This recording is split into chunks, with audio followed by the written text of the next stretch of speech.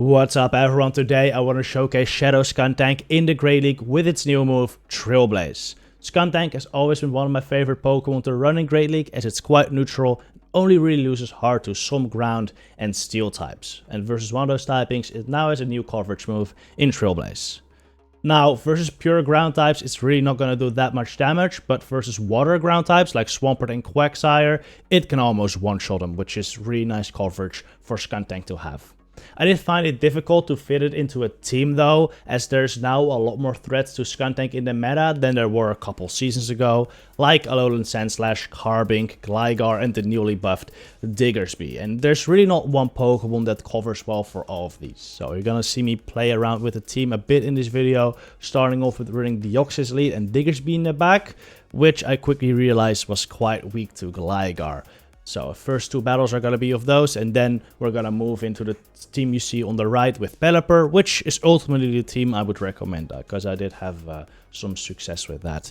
Anyway, in this first battle, I do face Gligar in the lead here. Where's my Deoxys? This is awkward, but this is kind of where I want to see it. When shields are up, at least. When shields are down, Diggersby actually does super fine there. Since I am running the Hyper Beam moveset, I think that is the way to go currently. As with Scorching SANDS, you really don't need Fire Punch as a bait move, in my opinion. Anyway, just let my Deoxys go at that point. They've already used a shield, and they're low enough to where I should be able to farm down with Skuntank before they get to two moves, hopefully, but I don't. And they get to another aerial ace here. This is pretty unfortunate. This Gligar has just taken out basically half my team. I do have a bunch of energy on Skuntank though, which is quite nice. You know, I should have really been counting fast moves better there. Catching that aerial ace on my Diggersby would have put me into a much better position right there. Anyway, Lickitung came out. I'm just going to go for 2 crunches to put this Lickitung into a range where Scorching SANDS will knock out. They bring in the outer Azumarill instantly. This is actually not that bad. So Hyper Beam will do a lot of damage. And if they're running Ice Beam Play Rough, their moves don't do that much. Honestly, even though they're super effective, Bubble isn't the highest damage fast move, and Ice Beam, it's non-stab, doesn't do that much damage, but actually running Hydro Pump, which I'm very glad I shielded. But still, they're going to be able to get to a Hydro Pump before I get to 2 more moves. Well, if I can throw 2 Scorching SANDS before the next Hydro Pump, but I can't throw a Scorching SANDS Hyper Beam. So I was really expecting them to shield there. They honestly had no reason not to shield, but they don't. And that just lost me the game, honestly. I really should have just gone for the other move, the Hyper Beam, to knock them out if they don't shoot it. But yeah, I didn't. And I brought out Skuntank there as a kind of a last-ditch effort, hoping I'd farm down the Azu before, it was able to switch out, but it ended up surviving at 1 HP, and yeah, that definitely loses me the game, as I do have a charge move loaded, and it can knock out my Lickitung. So yeah, Gligar lead, very bad for this team, but manageable as you can see. I only lost this game because 2 of its Pokemon were able to survive at 1 HP. Okay, Politoed next. Politoed, very spammy Pokemon, gets the Weather Balls and 4 Mudshots each, so they're already at 2. Yeah, there are 2 now. They need 3 more for the next, as they just snuck in a Mudshot versus my DD as well. That's 3, so they're at doubled now. I'm gonna let the first one go, and then I'm gonna CMP them on the next. I could shield this, get off my Psycho Boost, but I think I'd rather save shields for Skuntank. This is a Skuntank showcase after all. I can farm down this Politoed now before they get to 2 moves, which means I only have to shield once, and I end up with a bunch of energy on Skuntank. Unless they have like a... Actually, Skuntank Diggersby is a pretty good core. I think no matter what they have in the back, I should be looking pretty good. If they brought out like a Stunfisk, that will be annoying, but my Diggersby does very well there. Anyway, they brought out Sableye, which is crazy. Probably means they have something even weaker to Skuntank in the back, so I'm going to catch their foul play on Diggersby, and they bring out a K9. And this is where I think Scorching SANDS is actually kind of a buff for Diggersby. Previously, Diggersby needed a lot more energy, actually 15 more energy, and that's like 2 or 3 more Mudshots to get to the first ground move, Earthquake, whereas now it gets there a lot faster. And I'm able to Scorching SANDS this Diggersby, farm it down, Sableye comes out, we Scorching SANDS this as well, And this is, yeah, this is just a straight up win at the moment, as I also basically have a move on my Skuntank. My opponent knows, and it concedes the match. Okay, Peloper. This was actually my first game with Peloper, and I run into a Dugong lead, which I was like, why? But, you know, we have Skuntank as the pivot in this team. Out comes Dugong. I don't think they know. TRAILBLAZE does a lot. Actually, kind of disappointing damage, I'm not gonna lie. TRAILBLAZE is not their strongest move, but I did buff up my attack stat there, and they didn't debuff it with an Icy Wind. They actually went for a Duro run, probably expecting me to no shield, but no. I shielded it, which then allowed me to farm down the Dugong, have crunches loaded for this Machamp, and look at that. Boosted crunch does a ton. I get to another one. This will definitely take a shield, and if I'm able to realign my Diggersby on the Galvantula, I'm looking pretty good, and I am able to do that.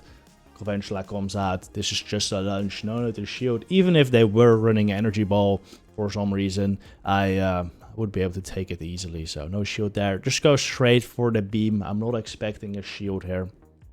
This should knock out the spider, and it does. Out comes Machamp, and it is way too low currently. I might even be able to knock it out with my Diggersby, but I'm still gonna no shield, as Peloper with shield should be able to farm this down as well. And I'm gonna go for the move. Just let this go.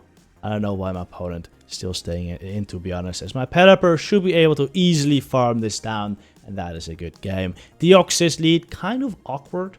Honestly, none of my Pokemon really do very well here, but none of them really lose either. Diggersby actually is a decent matchup here, as the charge moves from Deoxys don't really do that much. Well, Psycho Boost does do damage, but then you're debuffing your counters, which then makes the counters do not much damage. So, and if they Thunderbolt, it's double it's double resisted. So, you know, Diggersby is actually fine there. Skuntank fine too, but not into shields. So I took a shield with Peloper there. Then I switched to Skuntank, lured out the Dugong, and again, they no shield the TRAILBLAZE. This seems to be a much tankier Dugong though, because even if they draw run here, I don't think I farm down before they get to another move.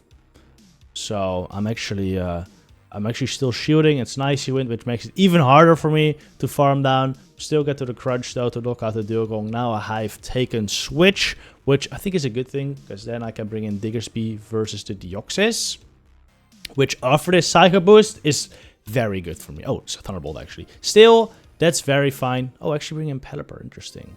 Yeah, because I can get off the weather. Oh yeah, I could get off the weather ball before I get to the Psycho Boost, since it's 5 at that point. It's always 5 for Psycho Boost if they're dry, basically, since it's 35 energy. 5 counters is exactly 35. But yeah, they didn't let me get to the weather ball. They caught it on a Licky Tongue instead. And at this point, I'm fine staying in, just throwing weather balls. No need to go for the Hurricane. It's not really that much of a damage increase. Go straight for the weather balls. And hopefully, I was hoping to take a shield, but unfortunately, it let everything go, which actually might make this game kind of tough, as Deoxys with a shield up is better versus Diggersby than if shields were down, of course, as when shields are up, the Deoxys can lay on more counter damage.